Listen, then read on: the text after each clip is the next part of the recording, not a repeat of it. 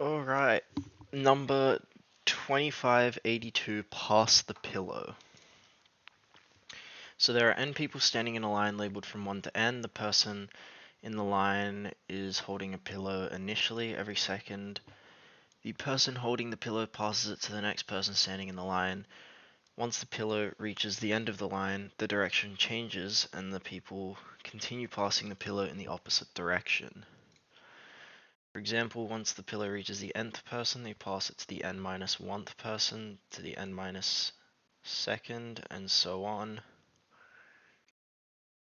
Given the two positive integers n and time, return the index of the person holding the pillow after time seconds. Okay.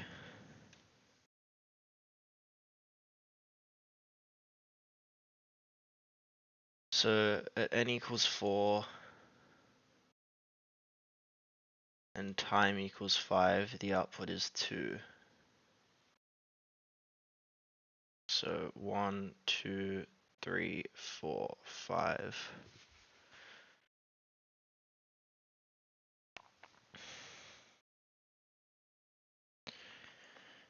For n equals 3, time equals 2. So we always start at index 1.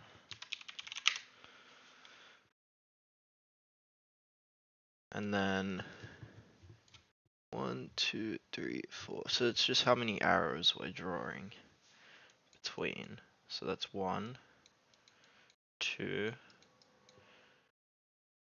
3, 4, 5.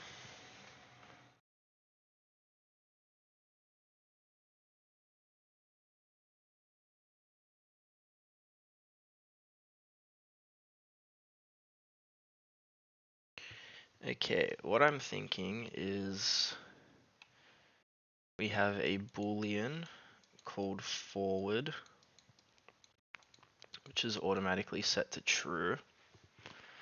Then we have our counter, which is initialized to 1, which is holding the initial position that we're starting at. We have our integer n, which is whatever it is. In this example, it's 4. So then we have a while count.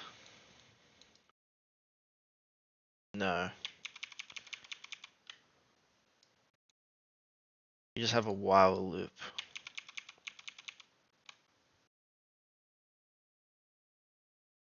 While true,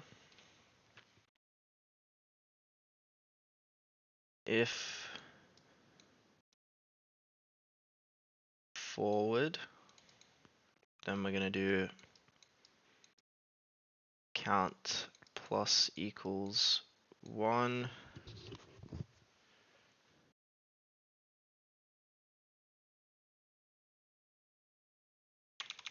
Then we're going to have an else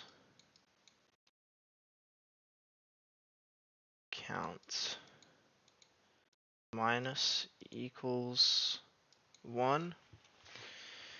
Then on forward, we're going to have another if here. And it's going to be if count equals n.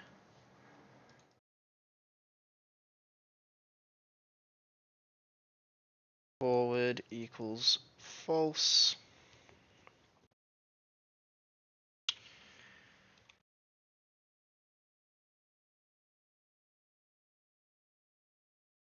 And then we're going to have if count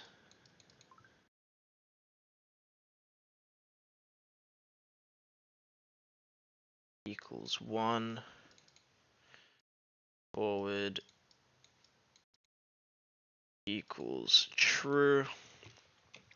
Then instead of this while true here, we need to do what do we need to do?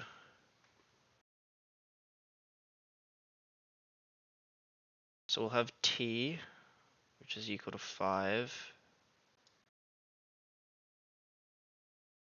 So while t greater than 0, and then if forward, we want to just do t minus equals 1, t minus equals 1. And then at the end, we just want to return count. So this will more or less just simulate this.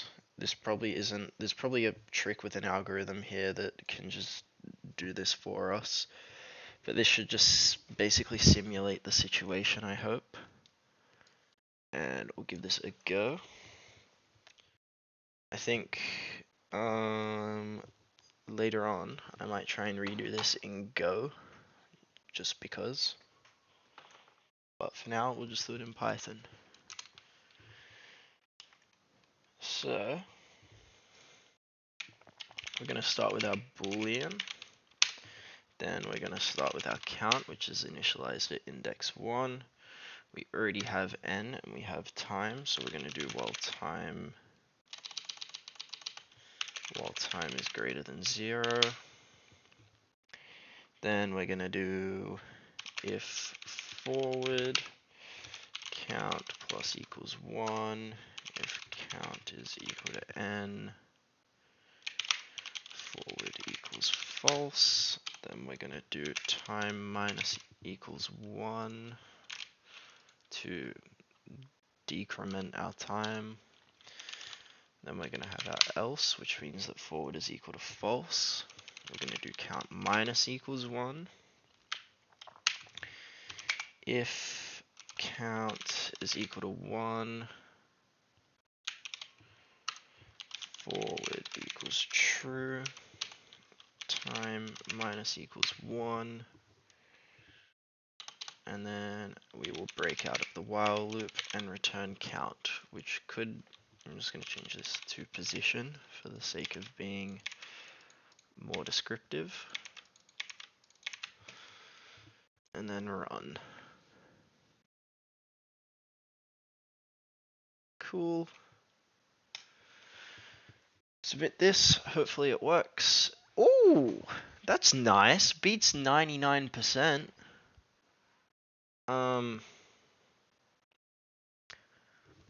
Well, that went really well. Memory isn't great, but who cares? Yeah, I'm actually really happy with that solution. I think that's, I think this was done really, well. And I can probably chalk that up to computational modeling, which, not to brag, 77 this semester.